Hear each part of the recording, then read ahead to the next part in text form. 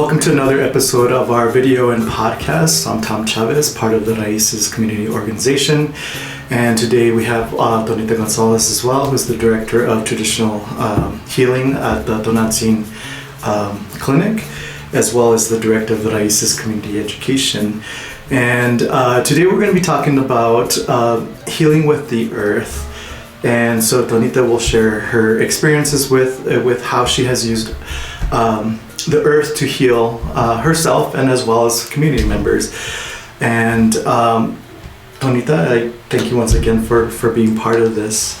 But when we talked about doing this episode, when we talked about healing from the earth, the first thing that came to mind was things like global warming or things that we needed to do in terms of like healing with the planet or healing the planet. And so those are the things that came up for me. But I'd like to hear about what are your thoughts about what comes to mind for you about healing with the earth. Yeah, no, I think you're right on the money, and I think that's critical to the importance of this conversation, that when we understand traditional medicine, almost all of it, I would think all of it is all based in understanding the earth. And I don't think it's a surprise that in many indigenous communities, we call the earth Mother Earth, right? Tonantzin, Pachamama, like everything is referred to her as the feminine. And I say that sacredly because the earth gives us the medicines that we need. And in order for it to continue to do that, then we don't just have a mother in this figure that's like the all-caring, all-loving mother. It's a sacred relationship of give and take. So if we understand the earth, how do we take care of it? Because we do not have an unlimited amount of resources. And consciousness of how we take care of the earth makes a huge difference. And I think that, we've come from generations where we think we can live outside of nature, the Jetsons come to mind, right? Like how were we taught to live in this world and do things matter? And I think they absolutely do matter. And so as we've come along, it's very different on how we see the earth and how we see ourselves. And it was one of the things that I think the beauty is we've just now being 2022 and coming out of the pandemic, or in the tense of coming out of it, we saw this year so many people giving back to the earth, right? Because it was things that they could do alone, but they also opened up a different level of consciousness. And where people, especially in bigger cities, were told you couldn't be outside, they really felt deprived. So going outside was like a huge thing for us to be like, oh, we could go for a walk, or we can, because we weren't understanding the whole epidemic and the pandemic of what was happening. So we've taken a really different role in how we look at the earth. And the earth is so wise. And I think that just like the earth has cycles, right, wherever we live in the world, we say that there's so much wisdom. And it's also so much wisdom, like we say, only a mother can really know their child. The earth really knows each one of us, to the extent that as we study herbalism, we say the plants that person needs will really grow outside their door, even if they didn't plant it, right? Like if we say that their grass are right outside their door, they have a lot of dandelion, then this person probably needs a good liver cleanse, right? Or they're dealing with a lot of anger, that emotion that goes with the dandelion and the healing of the liver. So we can kind of look around and say, what is it that happens in their healing process and where are they at? So if I can go from understanding that direct relationship to the medicine that the earth gives us, then I also want to turn around and say, how is it that I could take care of the earth? Because relationships are reciprocal, so that the earth gives us that medicine, but also empower people to really say, how can I, instead of going to Walgreens as a pharmacy, how can we go to our gardens? How can we go to a community garden? How could we go to our ledge garden, whatever it is, to access the medicine that our mind and body and spirit needs? You remind me of my own experience just growing up. On my mother's side, my grandparents had their full-on garden. That's how they lived, and that's how they maintain the family and so on and so forth, and how important it was to just get your hands in there. And now we have so much science and knowledge about what draws us to things like gardens and. Yeah, because these have a very live energy, right? So there's two things, is that it wasn't just the consuming of the plants that made us healthy, but it was actually that process of planting. And it really started with the consciousness, because here in New Mexico, we have, and you being both of us norteños from northern New Mexico, there's this great heritage and respect for the acequias, right? It was this indigenous science way of tending the water, respecting the water. So the day of San Isidro, most communities would bring their seeds and their tools and do a blessing of the waters in the acequias. But even before that day, they were cleaning together, right? We all got together and repaired the roads, the acequias, the garden, and it was a community bonding and effort, because it was in community, it was in relationship, not only with the earth, but with each other. And that makes the medicine resonate different within us. Yeah. I mean, just that celebration of every year, once again, this is we had talked about earlier in the previous episode, about spring is when we start reconnecting back again with the earth after we've been through a whole time of cold and and snow, and how we have that process of being reborn or rebirthed in planting, right? We too, like the seasons, are making these shifts and transformations. And I want to remind you, do you remember years ago, you and I were working with one of the schools here that had young pregnant girls and men. Yeah. And one of the things that we did is, and I remember how you and I were both, I mean, we learned this together, but we were so shocked that as I try to open this package, how many of the kids had no idea what a seed looked like. And this is a very sealed package that I can't open with my hands, but you would see these little tiny seeds that come from, these are a different type of basil. This is a Thai basil. But when the flower comes out, you get these little tiny seeds. And there was, I think, if you remember, like 30 of them in there, and they had never seen a seed. And they were so surprised. And part of what we were teaching them is that relationship with the earth, how they could grow their own foods and their own medicine. But also there was a sacred ceremony that we did with them, because we asked them to write what their intentions were. And the same way that they got the seeds, they wrote out their intentions and tore it up into little pieces and nourished it with the seed and had that intention of what they needed.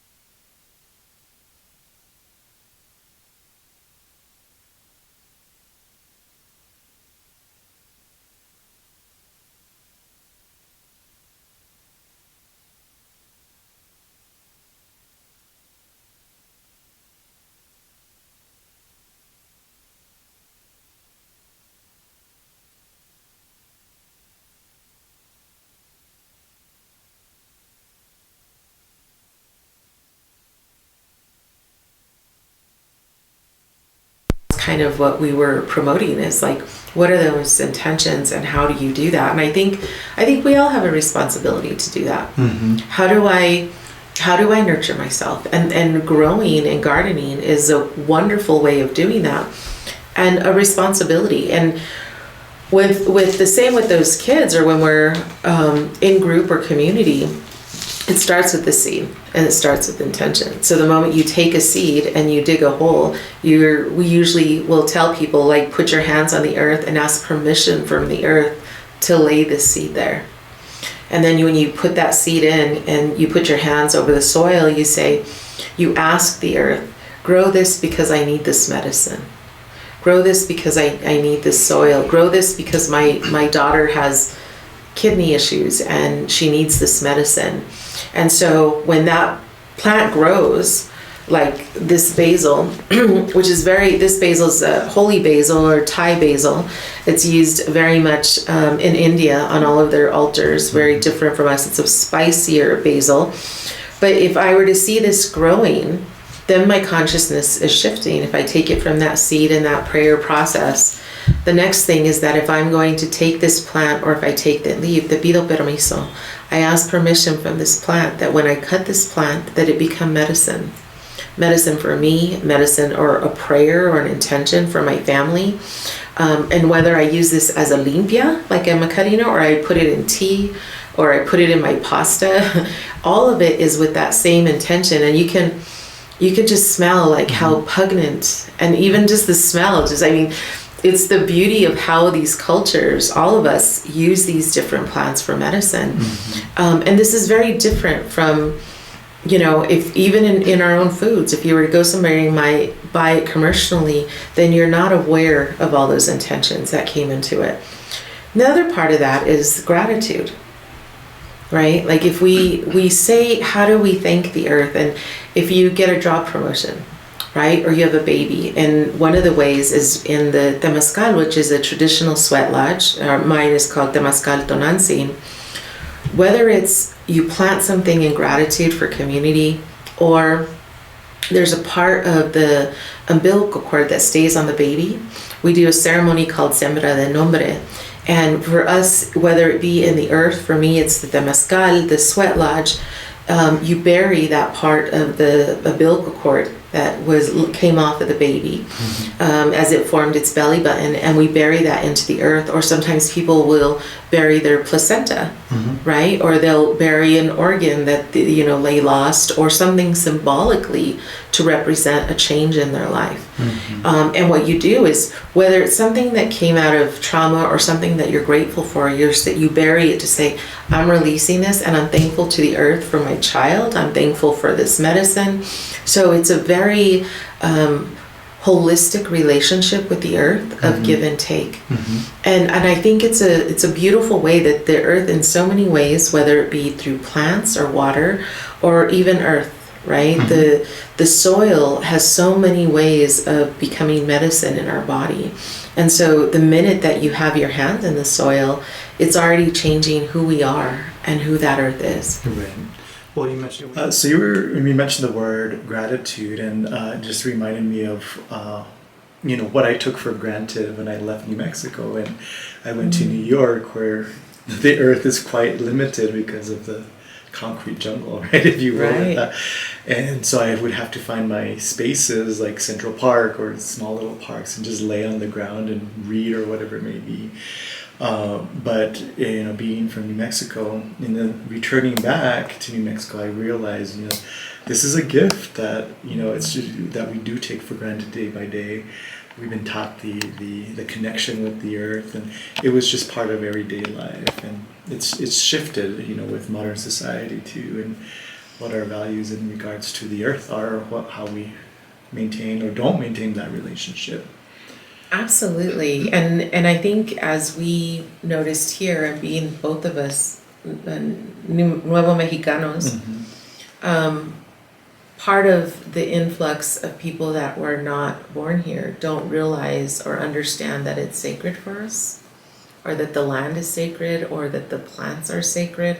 So it resonates different in our body because we've grown up to appreciate it. I mean, I think for me, one of the ways of doing that, and we see him here all the time, and every time I look at him, it literally brings tears. But if I think of ristras, right, the process of a chili ristra is a string of chilies, and you tie 3 together and you wet over the laps, and it's a sacred process. But for me, growing the chili and then picking the chili and then sitting on the front porch with my grandparents, tying it and making them together was a time of telling stories and gratitude. But this strand of chilies fed our family for the year, right? Because at Christmas we're having our pozole and chili, or even here for Thanksgiving you're gonna have red chili with your turkey, which is very New Mexican.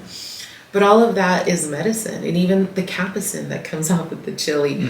I remember with my brother, my aunt had told him he had gotten a cut, slit, and put put the chili in there and cut it because campesine will stop bleeding. It'll heal the body. So there's so much into it that is such a part of us. I actually, because of that, and you might, I'm sure you know, but in northern New Mexico, what's very popular, and it's a sacred medicine for us, is Osha. Mm-hmm.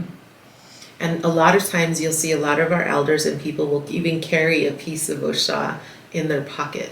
We know around our homes when they would plant Osha, it would prevent snakes from coming around their house, right? Because it's so pungent, it actually belongs to part of the celery family. Mm-hmm. We also know, like, as we're growing up, like if you were going to harvest Osha, you go down, you won't get it anywhere near the water because it kind of looks very much like hemlock. So there's different places to get it, but where it grows by water, you have to be really careful. Right. Also, when I was harvesting it with my grandpa, we would go up into the mountains and it would be that asking permission, mm-hmm. right? And when you would take something because the strongest part of the Osha plant is the root, is you're not going to take the entire plant. Instead, what we would do is if it was the root, you would take a part of the medicine. It's a thick root, but then you would seal it with the tree sap trementina that we use to heal the plant so that when you need that medicine again, you could go to the same plant. You wouldn't just pull the plant up and eradicate and kill the plant because then nobody would have that medicine. So there was a consciousness in how we harvested our plants. And that makes a big difference because what we've seen now, especially in northern New Mexico, is like companies will go and they're just pulling these plants and tearing up the mountainside thinking they can sell these commercially in Walgreens or in your grocery store. But there's no consciousness into how protecting that plant, that it could become very much an endangered plant. Like here in New Mexico, one of our colleagues does a program with Hierba de Manso that grows along the Rio Grande. It's a powerful anti-cancerogen, it's antibiotic.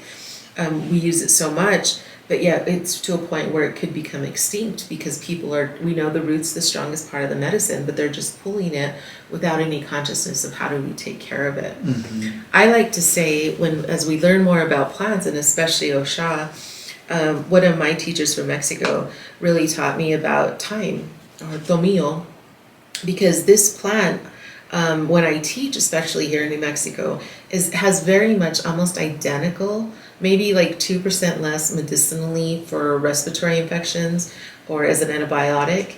But thyme has almost the identical properties of Osha. And the beauty about thyme is that it's an annual, it'll keep coming every year. And you can use so much of this plant and it just is a spreader, so you can decorate your lawn with it mm-hmm. and have that same medicine without having to go to Osha and eradicate the plant, mm-hmm. right? So a lot of times, like whether it be with Osha or with tomillo, you could dry this plant the same way. I like to make, instead of Osha, I used to use Osha, but now I use more tomillo. Let the plant dry, grind it up, mix it with honey, bring it to a boil, and make your own natural cough drops or antibiotics. Mm-hmm. I just put it in a cookie sheet on top of some wax paper, and it just crystallizes, mm-hmm. and then you can just suck on it like candy. So it becomes a very healthy medicine. I think that we need to learn alternatives, and yet it's still the same process. The minute we set this in the ground, whether it's by seed or whether it's by a plant, it's honoring it and respecting it as a medicine. And I think whether we use the earth medicine as far as like earth or it's mud or it's dirt or whatever we're using from it, we really need to honor, respect, and have that consciousness. Because if not, slowly and slowly, we could terminate ourselves and not have the resources of what it is to take care of ourselves. And I honor the people, especially our Indigenous brothers and sisters, that like in the Dakotas with the pipeline, people lose their consciousness about what will happen to our plants, to our sacred land. I mean, we see this now when there was a big uproar with fracking, but we see amazing amounts of earthquakes passing in Oklahoma and Texas because you're busting up the foundation of the earth, mm-hmm. and there's consequences to pay. And so till we make a shift in how we nurture and take care of our earth, then we really, if the way we nurture and take care of our sacred mothers, that's the same way we have to take care of the earth. Right. Well, this whole consciousness, it takes me back to you talking about the chileristas, and we had our hands we pulled it from the plant and we put it together to string it up. And we knew every step of the process. But now with fast food or medicine, we don't make them. We just pick it up, drive through, and then we have no connection to it all. No connection and no appreciation, right? We're not, recycling. We're not taking care. You'll see a lot of people more polluting. And I'll give you an example. There was a picture recently on social media, and it looked beautiful. It was actually looked like this beautiful turquoise river going down the salt flats in Utah. And it's absolutely blue gorgeous. And you're just like, wait, I'd never seen this before. So I was researching it, and it's actually in the middle of all these salt lands. It's a toxic river that comes out of a mining plant that's corrupted water. But here on this white backdrop is this huge turquoise blue thing, and people are kayaking down it. But it's all toxins. So you imagine that going into this salt, and where people used to go and backpack and things like that. So we look at it and say, wow, but the reality is that's not natural. Right. It's not of us. It is of us. It's of the toxins that we've created in this mining plant.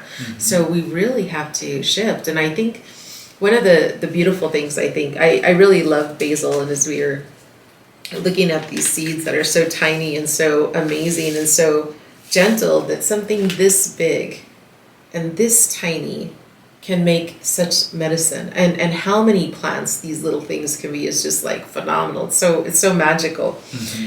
But when I use this a lot in our community garden, especially with women that are pregnant, we use the basil a lot to help with the birthing process.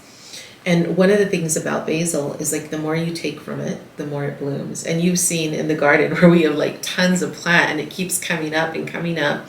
But it's the energy of people. So I kind of open up, and I think there should be more garden spaces. When I've told people that were patients or clients of mine, go get the basil, get all you need. If it's going to help you heal from postpartum depression, use that plant, use that medicine. That's what it's there for. And it's something that started with the minuscule little seed, can bring so much healing and have healthy families, healthy relationships. Right. Well, Earth, the plants continuously give without asking anything in return other than gratitude and nothing more. It's so simple. It's so simple. And it's something that you and I were very blessed with, to live in a state that acknowledges that. But we have to teach people more. And we weren't that generation who got breakfast through a drive-through McDonald's. But now we have to remember and go back to some of those rituals of what it is to honor and respect the earth. Yeah. And that's, I think, why we have RAISES, and that's why we as a collective, all of us as a community, and I don't think people always recognize that it's an acronym for us that stands for Remembering Ancestors, Inspiring Community, and Empowering Self. It's all those three parts of which you and I and our teams all came together to say, how do we do this? And that's why we're here, and that's why we share this message. Right. It's quite a different way of save the planet, right? Because it was always part of our beliefs and values since the very beginning. It's just part of inherent to indigenous medicines across the world, and now we're trying to reclaim that and inspiring others out there to really become conscious of that. And I think, just as an aside note, I think that unfortunately our education system did not recognize the ancestry and the science of our ancestors and grandparents, right? They didn't understand the science of what was happening. So a lot of that got taken away, and now we know more, and we can recognize it as science, and hopefully we have better and healthier communities. Absolutely, absolutely. Well, part of our hopes is actually to bring it back to the schooling systems, the formal schooling systems, not just out in our community, which is our first, educational system before the formal. But well, thank you very much for sharing all your thoughts and wisdom on Mother Earth and Tonantzin Pachamama. And we'll continue our dialogue. Thank you so much once again. Thank you. I appreciate it. Namaste.